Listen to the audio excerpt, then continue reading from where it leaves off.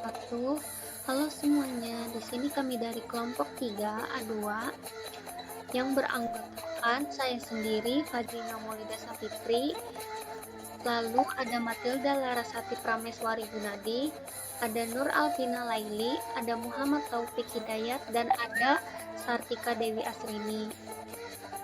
Sebelumnya, terima kasih kepada para dosen pembimbing yaitu Bapak Yuda Irhaswarna MPD, Ibu Ratna Yulinda MPD, Ibu Saukina SPD MA, dan Ibu Elina Hafizah MPD.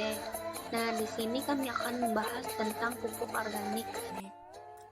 Pertanian organik menggunakan pupuk alami atau organik, bukan pupuk kimia yang berasal dari pabrik.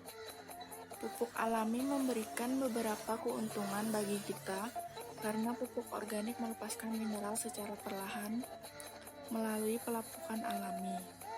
Oleh karena itu, ketersediaan mineral tanah lebih terjaga dan kita tidak perlu sering memupuk. Hal ini berbeda dengan pupuk kimia. Pupuk kimia menyediakan mineral secara langsung, namun mineral dari pupuk kimia ini akan lebih cepat hilang dari tanah. Pupuk organik adalah pupuk yang tersusun dari materi makhluk hidup, seperti pelapukan sisa-sisa tanaman, hewan, dan manusia. Pupuk organik dapat berbentuk padat atau cair yang digunakan untuk memperbaiki sifat kimia, sifat fisik, dan biologi tanah. Pupuk organik mengandung banyak bahan organik daripada kadar haranya. Selanjutnya itu ada kelebihan pupuk organik. Pupuk organik mengandung unsur hara yang lengkap, baik unsur hara makro maupun unsur hara mikro. Kondisi ini tidak dimiliki oleh pupuk buatan atau anorganik. Yang kedua, pupuk organik mengandung asam-asam organik, antara lain asam humik, asam fulvik, hormon dan enzim yang tidak terdapat dalam pupuk buatan, yang sangat berguna baik bagi tanaman maupun lingkungan dan mikroorganisme. Yang ketiga, pupuk organik mengandung makro dan mikroorganisme tanah yang mempunyai pengaruh yang sangat baik terhadap perbaikan sifat fisik tanah dan terutama sifat biologis tanah. Yang keempat, memperbaiki dan menjaga struktur tanah. Yang kelima, menjadi penyangga pH tanah. Yang keenam, menjadi penyangga unsur hara anorganik yang diberikan. Yang ketujuh, membantu menjaga kelembapan tanah. Yang kedelapan, aman dipakai dalam jumlah besar dan berlebih sekalipun. Dan yang terakhir, tidak merusak lingkungan. Selanjutnya ada kerugian pupuk organik, yaitu yang pertama, kandungan unsur hara jumlahnya kecil, sehingga jumlah pupuk yang diberikan harus relatif banyak bila dibandingkan dengan pupuk anorganik.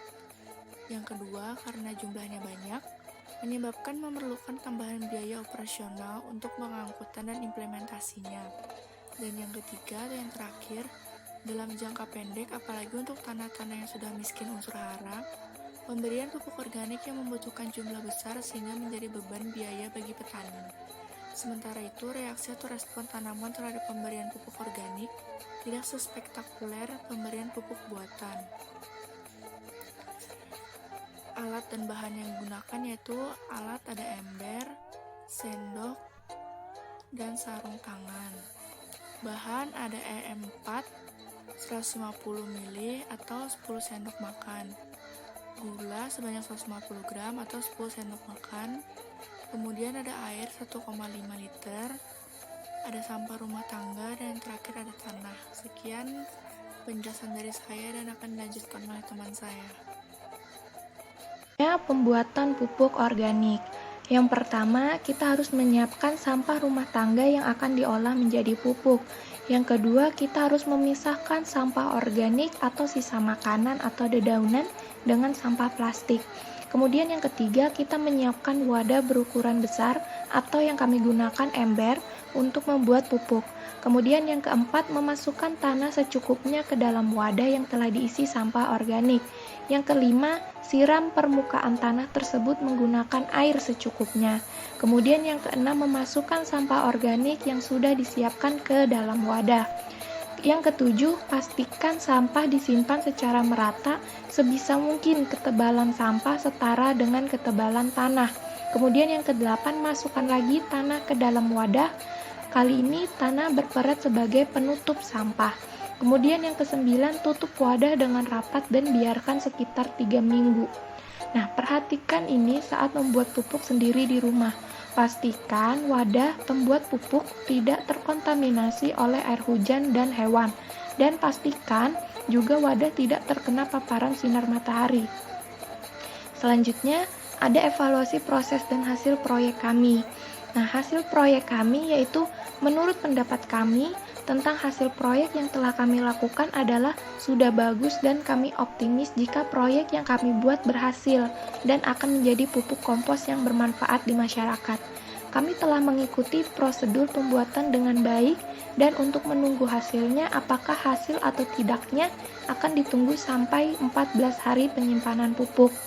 Nah, di sini saya akan melanjutkan pembahasan dari partner saya tadi.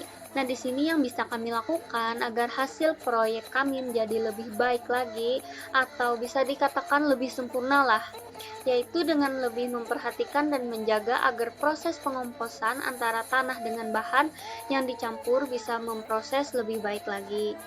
Karena pupuk kompos adalah pupuk yang berasal dari pelapukan bahan organik. Pelapukan ini dapat terjadi lewat proses biologis dan bantuan organisme pengurai.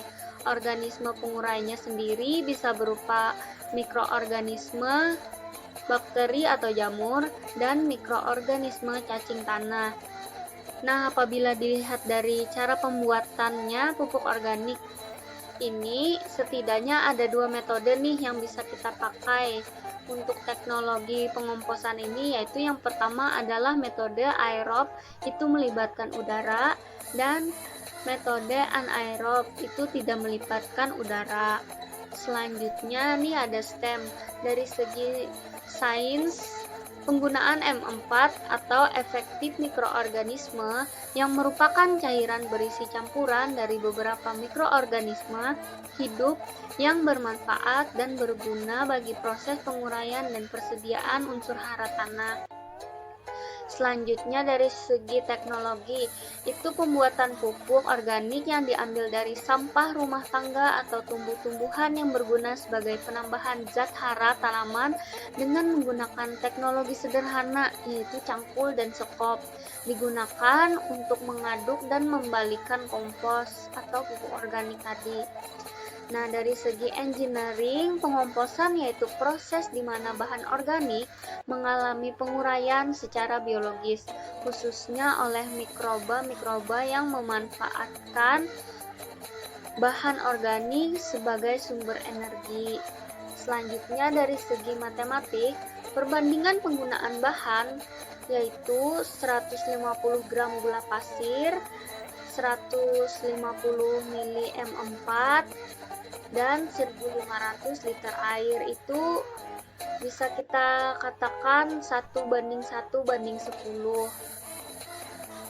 Nah, ini adalah foto dari hasil pupuk organik yang sudah kami diamkan selama 14 hari, dan ini posisinya ditutup selama 14 hari dan tidak pernah dibuka.